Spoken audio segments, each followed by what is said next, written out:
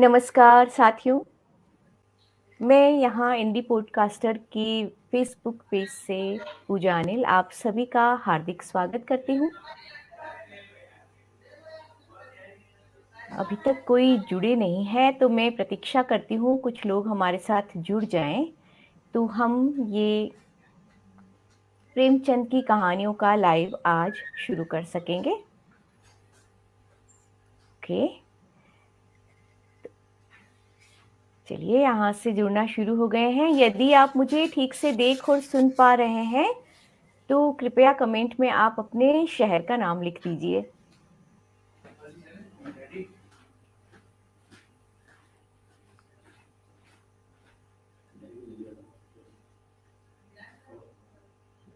Okay, Kaelin Sadhwani लिख रही हैं, आ गई मैं।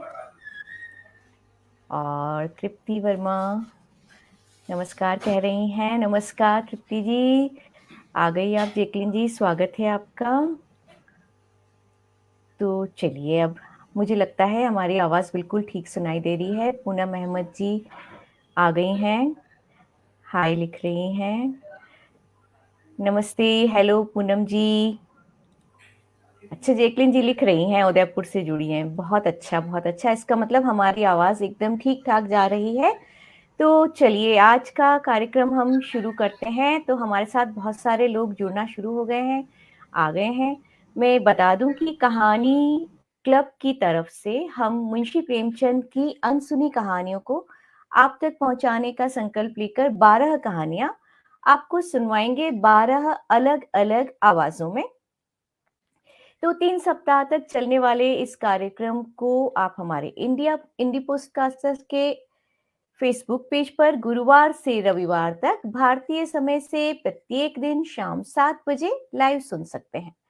और यदि किसी कारण नहीं सुन पाए तो बाद में यहीं पर आपके पास वीडियो उपलब्ध रहेगा और हमारे यूट्यूब चैनल पर भी ये कहानियां आप सुन पाएंगे। तो इससे पहले हमारी टीम द्वारा पढ़ी गई 5 कहानियां निश्चित ही आप सुन चुके होंगे। यदि नहीं तो अवश्य सुनिए और अपनी राय हम तक आपके अमूल्य कमेंट्स द्वारा अवश्य पहुंचाइएगा। तो दोस्तों, जुड़े रहिए हमारे साथ प्रेमचंद अनसुनी कहानियां सुनने के लिए।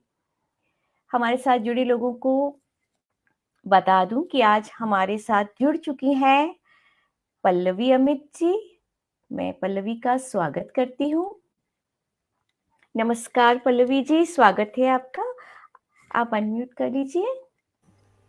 नमस्कार पूजा जी, नमस्कार। नमस्कार नमस्कार नमस्कार, दोस्तों। बहुत बहुत स्वागत है आपका। और बता दूं कि पल्लवी आज हमारे लिए पढ़ने वाली हैं प्रेमचंद जी की एक अनसुनी कहानी। लेकिन उससे पहले उनका थोड़ा सा परिचय जान लेते हैं। इस समय वे हमारे साथ जुड़ी हैं इलाहाबाद से और वे एक कहानीकार हैं, फ्रीलांस कंटेंट राइटर हैं। इन्हें शास्त्रीय संगीत, पेंटिंग, पढ़ना लिखना अत्यंत प्रिय है। इनकी कई कहानियां व लेख विभिन्न पत्र पत्रिकाओं में प्रकाशित हो चुके हैं और ये आकाशवाणी की ए ग्रेड कलाकार भी हैं।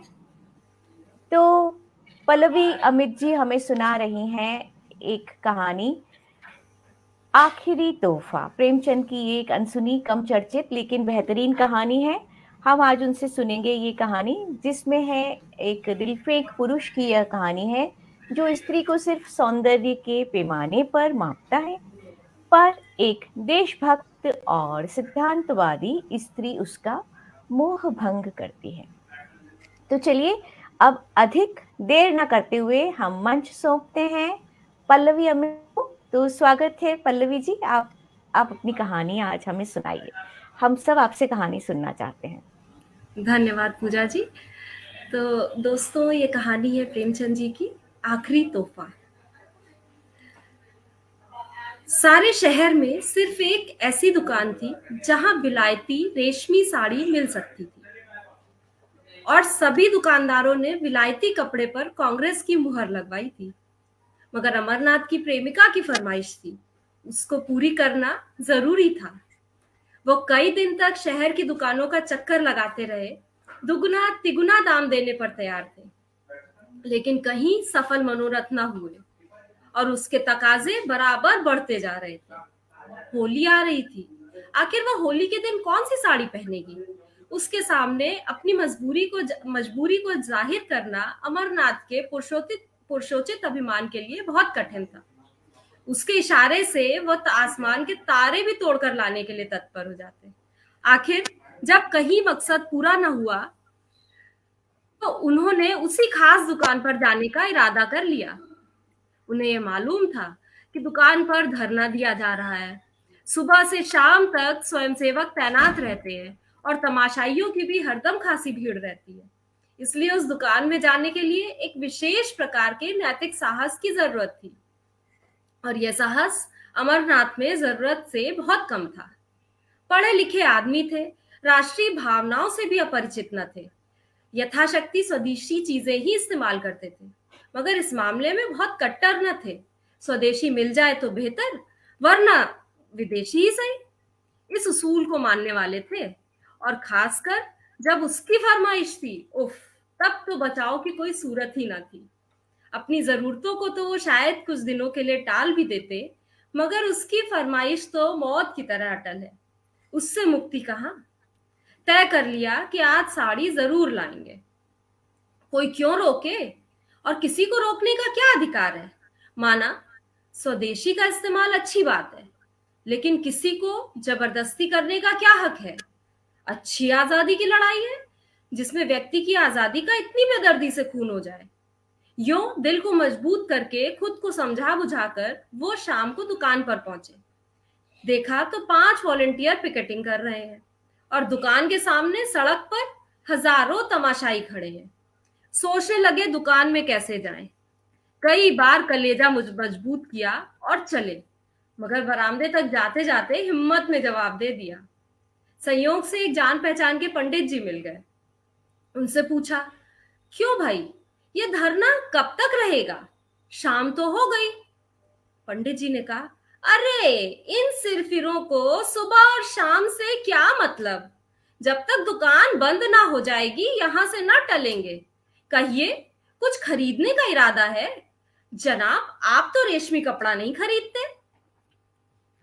अमरनाथ ने विवशता की मुद्रा बनाकर कहा, मैं तो नहीं खरीदता, मगर औरतों की फरमाइश को कैसे टालूं? पंडित जी ने मुस्कुराकर कहा, वाह, इससे ज्यादा आसान तो कोई बात है ही नहीं। औरतों को चकमा नहीं दे सकते, 100 हीले 1000 बहाने हैं। अमरनाथ, तो आप ही कोई हीला सोचिए। पंडित जी, अजय सोचना क्या है, यहाँ रात दिन यही किया करते हैं। 150 हीले हमेशा जेबों में पड़े रहते हैं। औरत ने कहा, हार बनवा दो। कहा, अरे आज ही लो। 2-4 रोज के बाद बता दिया, सुनार माल लेकर चंपत हो गया। यह तो रोज का धंधा है भाई। औरतों का काम फरमाइश करना, मर्दों का काम उसे खूबसूरती से टालना। अमरनाथ, आप तो इस कला के पंडित मालूम देते हैं। पंडित जी, अरे क्या करे भाई, आबरू तो बचानी ही पड़ती है। सूखा जवाब दे तो शर्मिंदगी अलग से, बिगड़े वो अलग से, समझे हमारी परवाह ही नहीं करते। आबरू का मामला है। आप एक काम कीजिए, यह तो आपने कहा ही होगा कि आजकल पिकेटिंग चल रही है। अमरनाथ, हाँ, ये बहाना तो मैं कर चुका हूं, मगर वह सुनती ही नहीं। कहती है, क्या विलायती कपड़े दुनिया से उठ गए? मुझसे चले ओढ़ने। पंडित जी, अरे मालूम होता है कोई धुन की पक्की औरत है। अच्छा, तो मैं एक तरकीब बताऊं। आप खाली कार्ड का बक्सा ले लो, उसमें पुराने कपड़े भरकर जला दो। जाकर कह देना, मैं कपड़े लिए आता था, वॉलंटियरों ने छीन कर जला दिए। कहो कैसी रहेगी? अमरनाथ, कुछ जचती नहीं। 20 ऐतराज करेंगी। कहीं पर्दाफाश हो जाए तो मुफ्त की शर्मिंदगी उठानी पड़ेगी। पंडित जी, तो मालूम हो गया आप बोदे आदमी हैं, और हैं भी आप कुछ ऐसे ही।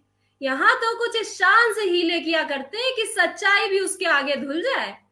अरे जिंदगी यही बहाने करते गुजरी और कभी पकड़े भी ना गए। एक तरकीब और है, इसी नमूने का देशी माल ले जाइए, कह दीजिए विलायती है। अमरनाथ, देशी और विलायती की पहचान उन्हें मुझसे और आपसे कहीं ज्यादा है। विलायती पर तो जल्द विलायती का यकीन नहीं करेंगी, आप देसी की बात कर रहे हैं। एक खद्दरपोश महाशय पास ही खड़े यह बातचीत सुन रहे थे। बोल उठे, ए साहब, सीधी सी तो बात है, जाकर कह दीजिए कि मैं विदेशी कपड़े ना लाऊंगा। अगर जिद करे तो दिन भर खाना ना खाइए, आप सीधे रास्ते पर आ जाएगी। अमरनाथ ने उनकी तरफ कुछ ऐसी निगाहों से देखा जो कह रही थी, आप इस कूचे को नहीं जानते, और बोले, ये तो आप ही कर सकते हैं, मैं नहीं कर सकता। खद्दरपोश, कर तो आप भी सकते हैं, लेकिन करना नहीं चाहते। यहाँ तो उन लोगों में से है कि अगर विदेशी दुआ से भी मुक्ति मिलती हो तो उसे भी ठुकरा दें।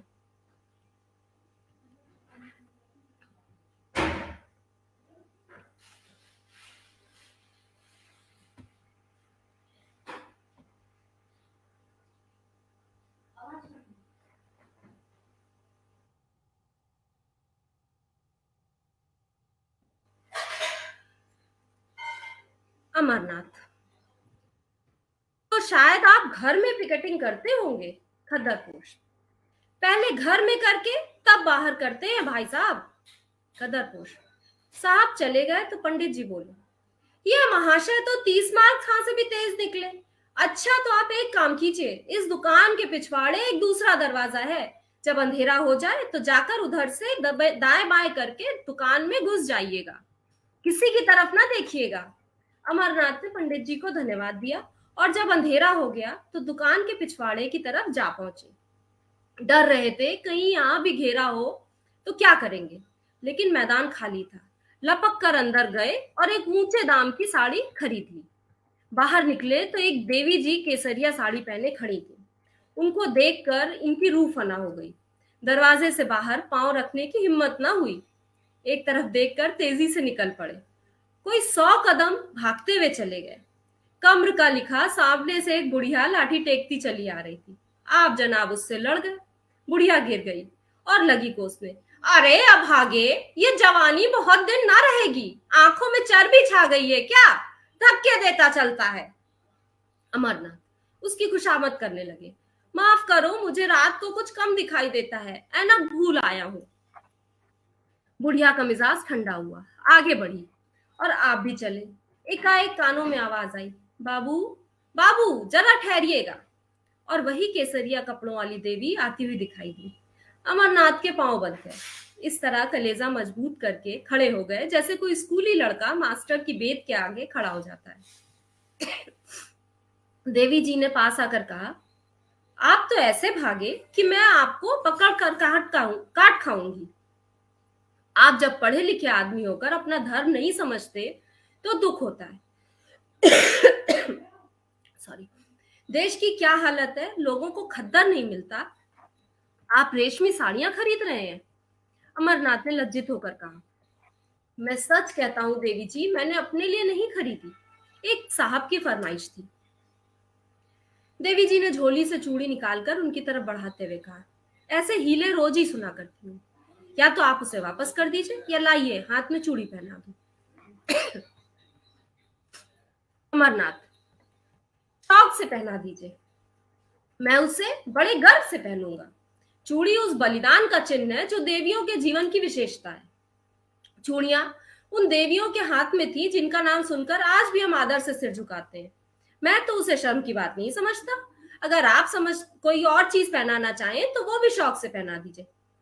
नारी पूजा की वस्तु है, उपेक्षा की नहीं। अगर स्त्री जो कौम को पैदा करती है चूड़ी पहनना अपने लिए गर्व की बात समझती है तो मर्दों के लिए चूड़ी पहनना शर्म की बात क्यों है। देवी जी को उनकी इस निर्लजता पर बड़ा आश्चर्य हुआ। मगर वह इतनी आसानी से अमरनाथ को छोड़ने वाली न थी। बोली, आप बातों के शेर मालूम देते हैं। अगर आप हृदय से स्त्री को पूजा की वस्तु मानते हैं तो मेरी ये विनती क्यों नहीं मान जाते। अमरनाथ, इसलिए कि ये साड़ी भी एक स्त्री की फरमाइश है। देवी, अच्छा चलिए, मैं आपके साथ चलूंगी, जरा देखूं आपकी देवी जी किस स्वभाव की स्त्री है। अमरनाथ का दिल बैठ गया। बेचारा अभी तक बिन ब्याहा था, इसलिए नहीं कि उसकी शादी न होती थी, बल्कि इसलिए कि वह शादी को एक आजीवन कारावास समझता था। मगर वह आदमी रसिक स्वभाव के थे, शादी से अलग रहकर भी शादी के मजों से अपरिचित न थे। किसी ऐसे प्राणी की जरूरत उनके लिए अनिवार्य थी जिस पर वो अपने प्रेम को समर्पित कर सके। जिसकी तरावट से वो अपनी रूखी सूखी जिंदगी को तरोताजा कर सके, जिसके प्रेम की छाया में वो जरा देर के लिए ठंडक पा सके, जिसके दिल में वह अपनी उमड़ी हुई जवानी की भावनाओं को बिखेर कर उनका उगना देख सके। उनकी नजर ने मालती को चुना था, जिसकी शहर में धूम थी। इधर 1.5-2 साल से वो इसी खलियान के दाने चुगा करते थे। देवी जी के आग्रह ने उन्हें थोड़ी देर के लिए उलझन में डाल दिया। ऐसी शर्मिंदगी उन्हें जिंदगी में कभी ना हुई थी। बोले, आज तो वो न्योते में गई है, घर में ना होंगी। देवी जी ने अविश्वास से हंसकर कहा, मैं समझ गई, यह आपकी देवी जी का कसूर नहीं, आपका कसूर है। अमरनाथ ने लज्जित होकर कहा, मैं सच कहता हूँ, आज वह घर पर नहीं होगी। देवी ने कहा, कल आ जाएंगी? अमरनाथ बोले, हाँ, कल आ जाएंगी। देवी, तो आप ये साड़ी मुझे दे दीजिए, कल यहीं आ जाइएगा, मैं आपके साथ चलूंगी। मेरे साथ 2-4 और बहनें भी होंगी। अमरनाथ ने बिना किसी आपत्ति के वो साड़ी देवी जी को दे दी और बोले, बहुत अच्छा, मैं कल आ जाऊंगा। मगर क्या आपको मुझ पर विश्वास नहीं है, जो साड़ी की जमानत जरूरी है? देवी जी ने मुस्कुराकर कहा, सच्ची बात तो यही है कि मुझे आप पर तनिक विश्वास नहीं। अमरनाथ ने स्वाभिमान पूर्वक कहा, अच्छी बात है, आप इसे ले जाएं। देवी ने क्षण भर बात कहा, शायद आपको बुरा लग रहा हो कि कहीं साड़ी गुम ना हो जाए, इसे आप लेते जाइए, मगर कल आइएगा जरूर। अमरनाथ स्वाभिमान के मारे बगैर कुछ कहे घर की तरफ चल दिए। देवी जी लेते जाइए करती रह गईं। अमरनाथ घर न जाकर एक खद्दर की दुकान पर गए और 2 सूटों का खद्दर खरीदा। फिर अपने दर्जी के पास ले जाकर बोले, खलीफा, इसे रातों रात तैयार कर दो, मुंह मांगी सिलाई दूंगा। दर्जी ने कहा, पाबू साहब, आजकल तो होली की भीड़ है, होली से पहले तैयार ना हो सकेंगे। अमरनाथ ने आग्रह करते हुए कहा, मैं मुंह मांगी सिलाई दूंगा, मगर कल दोपहर तक मुझे मिल जानी चाहिए। मुझे कल एक जगह जाना है, अगर दोपहर तक ना मिले तो फिर मेरे किसी काम के ना होंगे। दर्जी ने आधी सिलाई पेशगी ले ली और कल तैयार करने का वादा कर दिया। अमरनाथ यहाँ से आश्वस्त होकर मालती की तरफ चले। कदम आगे बढ़ते थे, लेकिन दिल पीछे रहा जाता था। काश वो उनकी इतनी विनती स्वीकार कर ले कि कल 2 घंटे के लिए उनके वीरान घर को रोशन कर दे, लेकिन यकीनन वह उन्हें खाली हाथ देकर मुंह फेर लेगी, सीधे मुंह बात भी नहीं करेगी। आने का तो जिक्र ही क्या, एक बेमुरव्वत औरत है। तो कल आकर देवी जी से अपनी सारी शर्मनाक कहानी बयान कर दूंगा। उस भोले चेहरे की निस्वार्थ उमंग उनके दिल में एक हलचल पैदा कर चुकी थी। उन आंखों में कितनी गंभीरता थी, कितनी सच्ची सहानुभूति, कितनी पवित्रता। उसके सीधे साधे शब्दों में कर्म की ऐसी प्रेरणा थी कि अमरनाथ को अपने इंद्रिय परायण जीवन पर शर्म आने लगी थी। अब तक कांच के टुकड़े को हीरा समझकर उसे सीने से लगाए हुए थे। आज उन्हें मालूम हुआ कि हीरा असल में कहते किसे हैं। उनके सामने वो टुकड़ा तुच्छ मालूम हो रहा था। मालती की वो जादू भरी चितवन, उसकी वो मीठी अदाएं, उसकी शोखियां, नखरे, सब जैसे मुलम्मा उड़ जाने के बाद अपनी असली सूरत में नजर आ रहे थे और अमरनाथ के दिल में नफरत पैदा कर रहे थे। वो मालती की तरफ जा रहे थे उसके दर्शन के लिए नहीं, बल्कि उसके हाथों से अपना दिल छीन कर आने के लिए।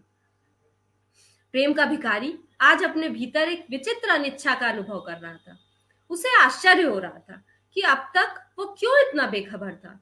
वो तिलिस्म जो मालती ने वर्षों के नाज नखरे हाव भाव से बांधा हुआ था, आज किसी छुमंतर से तार तार हो गया था। मालती ने उन्हें खाली हाथ देखा, त्योरियां चढ़ाते हुए कहा, साड़ी लाए या नहीं? अमरनाथ ने उदासीनता के ढंग से जवाब दिया, नहीं। मालती ने आश्चर्य से उनकी तरफ देखा। नहीं? वह उनके मुंह से यह शब्द सुनने की आदी न थी। यहाँ उसने संपूर्ण समर्पण पाया था। उसका इशारा अमरनाथ के लिए भाग्य लिपि के समान था। बोली, क्यों? अमरनाथ, क्यों नहीं लाई। मालती, बाजार में मिली ना होगी, तुम्हें क्यों मिलने लगी, और मेरे लिए तो बिल्कुल नहीं मिलेगी। अमरनाथ, नहीं साहब, मिली, मगर लाया नहीं। मालती, आखिर कोई वजह? रुपए मुझसे ले जाते। अमरनाथ, तुम खाम खा जलाती हो, तुम्हारे लिए जान देने को मैं हाजिर रहा। मालती, तो शायद तुम्हें रुपए जान से भी ज्यादा प्यारे हैं। अमरनाथ, तुम मुझे बैठने दोगी या नहीं? अगर मेरी सूरत से नफरत हो तो मैं चला जाऊं। मालती, तुम्हें आज हो क्या गया है? तुम इतने तेज मिजाज के तो कभी ना थे। अमरनाथ, तुम बातें ही ऐसी कर रही हो। मालती, तो आखिर मेरी चीज क्यों नहीं लाए? अमरनाथ ने उसकी तरफ बड़े वीर भाव के साथ देखकर कहा, दुकान पर गया, जिल्लत उठाई और साड़ी लेकर चला तो एक औरत ने छीन ली। मैंने कहा मेरी बीवी की फरमाइश है, तो बोली मैं उन्हीं को दूंगी, कल तुम्हारे घर आकर दे जाऊंगी। मालती ने शरारत भरी नजरों से देखते हुए कहा, तो ये कहिए, आप दिल हथेली पर लिए फिर रहे थे, एक औरत को देखा और उसके कदमों में चढ़ा दिया। अमरनाथ, वो उन औरतों में से नहीं जो दिलों की घात में रहती है। मालती, अरे तो कोई देवी होगी। अमरनाथ, मैं उसे देवी ही समझता हूँ। मालती, तो आप उस देवी की पूजा पूजा कीजिएगा। अमरनाथ, मुझ जैसे आवारा नौजवान के लिए उस मंदिर के दरवाजे बंद हैं। मालती, बहुत सुंदर होगी। अमरनाथ, न सुंदर है, न रूप वाली, न ऐसी अदाएं, कुछ न मधुर भाषणी, न तनवंगी, बिल्कुल एक मामूली मासूम लड़की है। लेकिन जब उसने मेरे हाथ से साड़ी छीनी तो मैं क्या कर सकता हूँ? मेरी गैरत ने तो गवारा न किया कि उसके हाथ से साड़ी छीन लूं। तुम इंसाफ करो, वो दिल में क्या कहती? मालती, तो तुम्हें इसकी ज्यादा परवाह है कि वो अपने दिल में क्या कहेगी। मैं क्या कहूंगी इसकी जरा भी परवाह नहीं है। मेरे हाथ से कोई मर्द कोई चीज छीन ले, मैं देखूं, चाहे वो दूसरा कामदेव हो क्यों ना हो। अमरनाथ, अब इससे चाहे मेरी कायरता समझो, चाहे हिम्मत की कमी, चाहे शराफत में मैं उसके हाथ से न छीन सका। मालती, तो कल वो साड़ी लेकर आएगी? कभी नहीं आएगी। अमरनाथ, जरूर आएगी। मालती, तो जाओ मुंह धोकर आओ। तुम इतने नादान हो ये मुझे मालूम ना था। साड़ी देकर चले आए, अब कल वो देने आएगी, कुछ भांग तो नहीं खा आए। अमरनाथ, खैर इसका पता तो कल ही चल जाएगा। अभी से क्यों बदगुमानी करती हो? तुम शाम को जरा देर के लिए मेरे घर तक चली चलना। अमरनाथ, मालती, जिसे आप कहें कि ये मेरी बीवी है।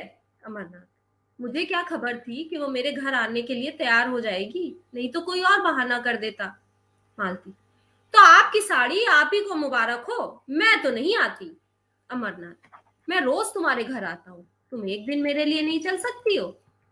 अमरनाथ, मालती ने निष्ठुरता से कहा, अगर मौका आ जाए तो तुम अपने को मेरा शौहर कहलाना पसंद करोगे? दिल पर हाथ रखकर कहना। अमरनाथ दिल ही दिल में कट गए। बात बनाते हुए बोले, मालती, तुम मेरे साथ अन्याय कर रही हो, बुरा ना मानना। मेरे और तुम्हारे बीच प्यार और मोहब्बत दिखलाने के बावजूद एक दूरी का पर्दा पड़ा था। हम दोनों एक दूसरे की हालत को समझते थे और इस पर्दे को हटाने की कोशिश न करते थे। ये पर्दा हमारे संबंधों की अनिवार्य शर्त था। हमारे बीच एक व्यापारिक समझौता सा हो गया था। हम दोनों उसकी गहराई में जाते हुए डरते थे। नहीं, बल्कि मैं डरता था और तुम जानबूझकर नहीं जाना चाहती थी। अगर मुझे विश्वास हो जाता कि तुम्हें जीवन सहचरी बनाकर मैं वो सब कुछ पा जाऊंगा जिसका मैं अपने को अधिकारी समझता हूँ, तो मैं अब तक कभी का तुम्हारी याचना कर चुका होता। लेकिन तुमने कभी मेरे दिल में ये विश्वास किया ही नहीं। मेरे बारे में तुम्हें यह शक है, मैं नहीं कह सकता। तुम्हें यह शक करने का मैंने कोई मौका नहीं दिया और मैं कह सकता हूँ कि मैं उससे कहीं बेहतर शौहर बन सकता हूँ जितनी तुम बीवी बन सकती हो। मेरे लिए सिर्फ एतबार की जरूरत है और तुम्हारे लिए उससे ज्यादा वजनी और ज्यादा भौतिक चीजों की है। मेरी स्थायी आमदनी 500 से ज्यादा नहीं, तुमको इतने में भी संतोष ना होगा। मेरे लिए सिर्फ इत्मीनान की जरूरत है कि तुम मेरी बीवी हो और सिर्फ मेरी हो। बोलो, मंजूर है? मालती को अमरनाथ पर रहम आ गया। उसकी बातों में जो सच्चाई भरी हुई थी वो उससे इनकार न कर सकी। उसे यह भी यकीन हो गया कि अमरनाथ की वफा के पैर डगमगाएंगे नहीं। उसे अपने ऊपर इतना भरोसा था कि वह उसे मजबूत रस्सी से जकड़ सकती है, लेकिन खुद जकड़े जाने पर वह अपने को तैयार न कर सकी। उसकी जिंदगी मोहब्बत की बाजीगरी के प्रेम के प्रदर्शन में गुजरी थी। वह कभी इस शाख और कभी उस शाख चहकती फिरती थी, बेकैद, आजाद, बेबंद। क्या वह चिड़िया पिंजरे में बंद रह सकती है जिसकी जबान तरह तरह के मजों की आदी हो गई है? क्या वह सूखी रोटी से तृप्त हो सकती है? इस अनुभूति ने उसे पिघला दिया। बोली, आज तुम बड़ा जान बघार रहे हो। अमरनाथ, मैंने तो केवल यथार्थ कहा है। मालती, अच्छा ठीक है, मैं कल चलूंगी, मगर 1 घंटे से ज्यादा वहां ना रुकूंगी। अमरनाथ, मैं किस मुंह से तुम्हारा शुक्रिया अदा करूं? बोला, मैं तुम्हारा बहुत बहुत कृतज्ञ हूं मालती। अब मेरी आबरू बच जाएगी, नहीं तो मेरे लिए घर से निकलना मुश्किल हो जाता। अब देखना यह है कि तुम अपना पार्ट कितनी खूबसूरती से अदा करती हो। मालती उसकी तरफ इत्मीनान रखो, ब्याह नहीं किया मगर बारातें बहुत देखी हैं, मगर मैं डरती हूं कि कहीं तुम मुझसे दगा न कर रहे हो। मर्दों का मुझे कोई एतबार नहीं। अमरनाथ ने निश्चल भाव से कहा, नहीं मालती, तुम्हारा संदेह निराधार है। अगर ये जंजीर पैरों में डालने की इच्छा होती तो कभी का डाल चुका होता। फिर मुझसे वासना के बंदों का वहां गुजर ही कहाँ। तुम्हें दूसरे दिन अमरनाथ 10 बजे दर्जी की दुकान पर जा पहुंचे और सिर पर सवार हो कपड़े तैयार कराए। फिर घर आकर नए कपड़े पहने और मालती को बुलाने चल पड़े। वहां थोड़ी देर हो गई। उसने ऐसा बनाव सिंगार किया जैसे आज पता नहीं कितना बड़ा मोर्चा जीतना है। अमरनाथ ने कहा भी, अरे वो ऐसी सुंदरी नहीं है जो तुम इतनी तैयारियां कर रही हो। मालती बालों में हाथ कंघा करते हुए बोली, तुम इन बातों को नहीं समझ सकते, चुपचाप बैठे रहो। अमरनाथ, लेकिन देर हो रही है। मालती, कोई बात नहीं। भय की उस सहज आशंका ने, जो स्त्रियों की विशेषता है, मालती को और भी अधिक सतर्क कर दिया था। अब तक उसने कभी अमरनाथ की विशेष रूप से कोई कृपा न की थी। अब वो उससे काफी उदासीनता का भी बर्ताव करती थी, लेकिन कल अमरनाथ की भंगिमा ने उसे एक संकट की सूचना मिल चुकी थी। वो संकट का अपनी पूरी शक्ति से मुकाबला करना चाहती थी। शत्रु को तुच्छ और अपदार्थ समझना स्त्रियों के लिए बहुत कठिन है। आज अमरनाथ को अपने हाथ से निकलते देख वो अपनी पकड़ को और मजबूत कर रही थी। अगर इस तरह की उसकी चीजें एक एक कर निकल गई तो फिर वह अपनी प्रतिष्ठा कब तक बनाए रख सकेगी। जिस चीज पर उसका कब्जा है उसकी तरफ कोई आंख भी उठाकर क्यों देखे। राजा को भी एक एक अंगुल जमीन के पीछे जान देनी पड़ती है। वह इस नए शिकारी को हमेशा के लिए अपने रास्ते से हटा देना चाहती थी, उसके जादू को तोड़ देना चाहती थी। शाम को वह परी जैसी अपनी नौकरानी और नौकर को साथ लेकर अमरनाथ के घर चल पड़ी। अमरनाथ ने सुबह 10 बजे तक मर्दाने घर को जनानेपन का रंग देने में खर्चा किया था। ऐसी तैयारियां कर रखी थी जैसे कोई अफसर मुआयना करने आया हो। मालती ने घर में पैर रखा तो उसकी सफाई और सजावट देखकर बड़ी खुश हुई। जनाने हिस्से में कई कुर्सियां रखी थी। बोली, अब लाओ अपनी देवी जी को, मगर जल्द आना वरना मैं चली जाऊंगी। अमरनाथ लपके और विलायती दुकान पर जा पहुंचे। आज भी धरना था, तमाशाइयों की वही भीड़ थी, पर वहां देवी जी नहीं थी। पीछे की तरफ गए तो देवी जी एक लड़की के साथ उसी भेष में खड़ी थी। अमरनाथ ने कहा, माफ कीजिएगा, मुझसे देर हो गई, मैं अपने आपको अपने वादे की याद दिलाने आया हूं। देवी ने कहा, मैं तो आपका इंतजार कर रही थी। चलो सुमित्रा, जरा इनके घर हो आए, कितनी देर है। अमरनाथ, बहुत पास है, एक तांगा कर लूंगा। 15 मिनट में अमरनाथ दोनों को लिए घर पहुंचे। मालती ने देवी जी को देखा और देवी जी ने मालती को। एक किसी रईस का महल था, आलीशान, और दूसरी किसी फकीर की कुटिया, छोटी सी तुच्छ। रईस के महल में आडंबर और प्रदर्शन था, फकीर की कुटिया में सादगी और सफाई। मालती ने देखा, भोली लड़की है जिसे किसी तरह सुंदर नहीं कहा जा सकता, पर उसके भोलेपन और सादगी में जो आकर्षण था उससे वो भी प्रभावित हुए बिना रह सकी। देवी जी ने भी देखा, एक बनी संवरी बेधड़क और घमंडी औरत है जो किसी न किसी वजह से उस घर में अजनबी सी मालूम दे रही है, जैसे कोई जंगली जानवर पिंजरे में आ गया हो। अमरनाथ सिर झुकाए मुजरिमों की तरह खड़े थे और ईश्वर से प्रार्थना कर रहे थे कि हे भगवान, आज किसी तरह पर्दा रह जाए। देवी ने आते ही कहा, बहन, आप भी सिर से पांव तक विदेशी कपड़े पहने हुए हैं। मालती ने अमरनाथ की तरफ देखकर कहा, मैं विदेशी और देशी के फेर में नहीं पड़ती, जो यह ला कर देते हैं वही पहनती हूँ। लाने वाले हैं ये, और मैं थोड़े ही बाजार जाती हूँ। देवी ने शिकायत भरी आंखों से कहा, अमरनाथ जी, आप तो कहते थे कि यह इनकी फरमाइश है, मगर आप ही का कसूर निकल आया। मालती, मेरे सामने इनसे कुछ मत कहो। तुम बाजार में भी दूसरे मर्दों से बात कर सकती हो, जब वह बाहर चले जाए तो जितना चाहे कह सुन लेना। मैं अपने कानों से कुछ नहीं सुनना चाहती। देवी जी, मैं कुछ नहीं कहती, और बहन जी, मैं कह ही क्या सकती हूँ, कोई जबरदस्ती तो है नहीं, बस विनती कर सकती हूँ। मालती, इसका मतलब यह है कि इन्हें अपने देश की भलाई का जरा भी ख्याल नहीं, उसका ठेका बस तुम ही ने ले रखा है। अरे पढ़े लिखे आदमी है, 10 आदमी इनकी इज्जत करते हैं, अपना नफा नुकसान समझ सकते हैं। तुम्हारी क्या हिम्मत की इन्हें उपदेश देने बैठो, या सबसे ज्यादा अकलमंद तुम ही हो। देवी जी, आप मेरा मतलब गलत समझ रही हैं बहन। मालती, हाँ गलत तो समझूंगी, इतनी अकल कहाँ से लाऊं कि आपकी बातों का मतलब समझूं। खद्दर की साड़ी पहन ली, झोला लटका लिया, एक बिल्ला और लगा लिया, अब बस अख्तियार है, जहां चाहे आए जाए, जिससे चाहे हंसे बोले, घर में कोई पूछता नहीं, जेल खाने का भी क्या डर है। मैं तो इसे हुड़दंगपन समझती हूँ, जो शरीफों की बहू बेटियों को तनिक शोभा नहीं देता। अमरनाथ दिल ही दिल में कटे जा रहे थे, छिपने के लिए बिल सा ढूंढ रहे थे। देवी की पेशानी पर जरा बल न था, उसकी आंखें डबडबा रही थी। अमरनाथ ने मालती से जरा तेज स्वर में कहा, क्यों खामखा किसी का दिल दुखाती हो। ये देवियां अपना ऐश आराम छोड़कर यह काम कर रही हैं, क्या तुम्हें इसकी बिल्कुल खबर नहीं। मालती, अरे रहने दो, तुम तारीफ ना करो, जमाने का रंग ही बदला जा रहा है। मैं क्या करूंगी और तुम क्या करोगे। तुम मर्दों ने औरतों को घर में इतनी बुरी तरह से कैद किया है कि वे आज रस्म रिवाज शर्म हया छोड़कर निकल पड़ी हैं, और कुछ दिनों में तुम लोगों की हुकूमत का खात्मा हुआ जाता है। विदेशी और विलायती तो दिखलाने के लिए है, असल में ये आजादी की ख्वाहिश है जो तुम्हें हासिल है। तुम अगर 2-4 शादियां कर सकते हो तो औरत क्यों ना करे। सच्ची बात तो यह है कि अगर आंखें हैं तो अब खोल कर देखो, मुझे भी वो आजादी ना चाहिए। यहाँ तो लाश ढोते हैं, मैं शर्म हया को अपना सिंगार समझती हूँ। देवी जी ने अमरनाथ की तरफ फरियाद की आंखों से देखकर कहा, बहन ने औरतों को जलील करने की कसम खा ली है लगता। मैं बड़ी बड़ी उम्मीदें लेकर आई थी, मगर शायद यहाँ से नाकाम ही जाना पड़ेगा।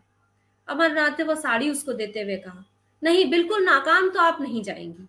हाँ, जैसी कामयाबी की आपको उम्मीद थी वो शायद ना मिलेगी। मालती ने डपटते हुए कहा, वो मेरी साड़ी है, तुम उसे नहीं दे सकते। अमरनाथ ने शर्मिंदा होते हुए कहा, अच्छी बात है, ना दूंगा। देवी जी, ऐसी हालत में तो शायद आप मुझे माफ कर देंगी। देवी जी चली गई तो अमरनाथ ने त्योरिया बदल कर कहा, ये तुमने आज मेरे मुंह में कालिक लगा दी, तुम इतनी बदतमीज और बदजबान हो, मुझे मालूम न था। मालती ने रोषपूर्ण स्वर में कहा, तो अपनी साड़ी उसे दे देती, मैंने ऐसी कच्ची गोलियां नहीं खेली। अब तो मैं बदतमीज भी हूँ, बदजबान भी, और उस दिन तुम्हारी बुराइयों में से एक भी न थी जब मेरी जूतियां सीधी करते फिरते थे। इस छोकरी ने मोहिनी डाल दी, जैसी रूह वैसे फरिश्ते, तुम्हें ही मुबारक हो। यह कहती हुई मालती बाहर निकली। उसने समझा था जवान चलाकर और ताकत से वो उस लड़की को उखाड़ फेंकेगी, लेकिन जब मालूम हुआ कि अमरनाथ आसानी से काबू में आने वाले नहीं, तो उसने फटकार बताई, इन दामों अगर अमरनाथ मिल सकता था, बुरा ना था। उससे ज्यादा कीमत वो उसके लिए दे भी नहीं सकती थी। अमरनाथ उसके साथ दरवाजे तक आए। जब वो तांगे पर बैठी तो उससे विनती करते हुए बोले, ये साड़ी दे दो ना मालती, मैं तुम्हें कल इससे अच्छी महंगी साड़ी ला दूंगा। मगर मालती ने रूखेपन से कहा, यह साड़ी तो अब लाख रुपए पे भी नहीं दे सकती। अमरनाथ ने त्योरिया बदल कर जवाब दिया, अच्छी बात है, ले जाओ, मगर समझ लेना कि ये मेरा आखिरी तोहफा है। मालती ने होंठ चबाकर कहा, मुझे इसकी परवाह नहीं, तुम्हारे बगैर मैं मर नहीं जाऊंगी। तुम्हें यकीन दिलाती हूँ कि मैं कभी मरूंगी नहीं, ये आखिरी तोहफा ही सही। नमस्कार।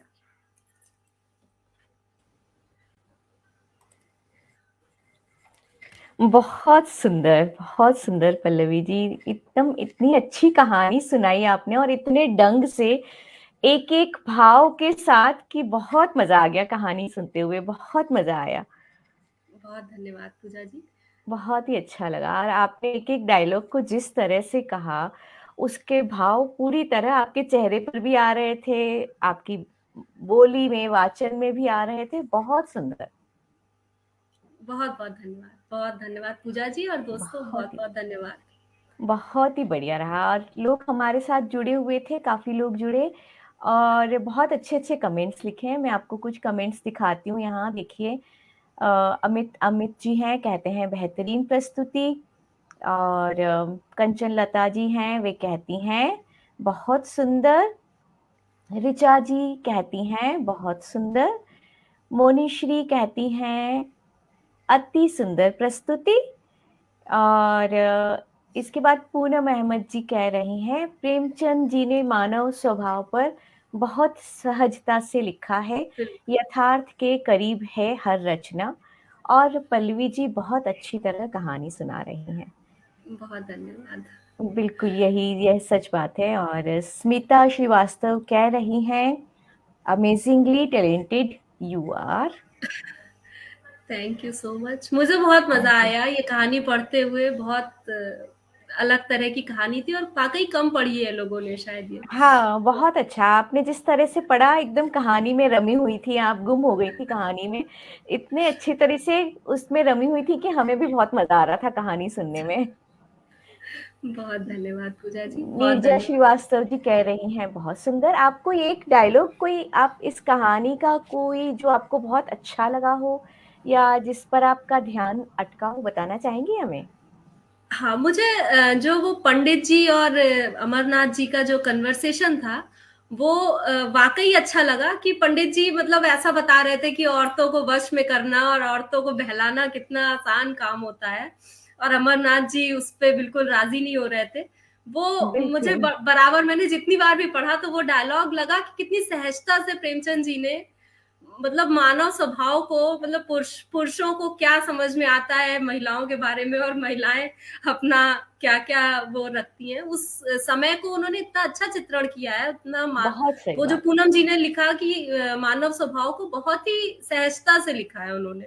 बिल्कुल वो एक बिल्कुल। और उस समय का जो परिप्रेक्ष्य था, उस समय का जो समाज था, तो उस तरह की जो बातें वहां होती थी, उन्हीं बातों के आधार पर इस डायलॉग को ये लिखा पूरी, गया। तो जी जी जी, पूरी बहुत कहानी ही एक्चुअली उसी तरह की रची हुई थी कि पूरे हाँ परिपेक्ष को जी। सामाजिक चित्रण किया हुआ है कि एक हाँ तरफ जी। आजादी की लड़ाई चल रही है और एक तरफ जो रसिक लोग हैं वो अपना, जो रईस लोग थे वो अपना वो काम कर ही रहे थे जो उन्हें करने थे। बिल्कुल बिल्कुल तो बिल्कुल यही बात है। अच्छा, प्रमोदिता जी कह रही हैं जितना अच्छा लेखन लेखन उतनी ही अच्छी प्रस्तुति। Thank you Anagha so much. Joglekar जो जी कहती जी, हैं बहुत सुंदर संवाद संप्रेषण। और दीप्ति मित्तल जी कहती हैं गजब। और बहुत सारे लोग बहुत सारी तारीफ कर रहे हैं आपकी, आपने बहुत ही सुंदर कहानी सुनाई है।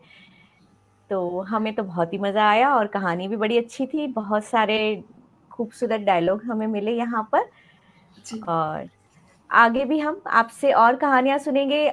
और मैं अपने बिल्कुल। दर्शकों को बता दूं कि हम आने वाले दिनों में कल परसों और भी नई कहानियां लेकर आने वाले हैं। आप हमारे साथ जुड़े रहिए। और अगले सप्ताह और 4 कहानियां हैं हमारे साथ। नए लोग होंगे हमारे साथ कहानी सुनाने वाले। तो बिल्कुल कहीं मत जाइएगा। समय नोट कर लीजिए, भारतीय समय से रोज शाम 7, गुरुवार से रविवार तक। जी, तो ठीक है, आज हम बस आज का कहानी सत्र यहीं समाप्त करने की आज्ञा चाहते हैं आप सभी से। बहुत बहुत धन्यवाद पल्लवी अमित जी को, और बहुत सारा धन्यवाद हमारे सभी श्रोताओं को हमारे साथ बहुत जुड़ने के धन्यवाद लिए। पूजा धन्यवाद। जी। बहुत बहुत धन्यवाद दोस्तों। नमस्कार। नमस्कार।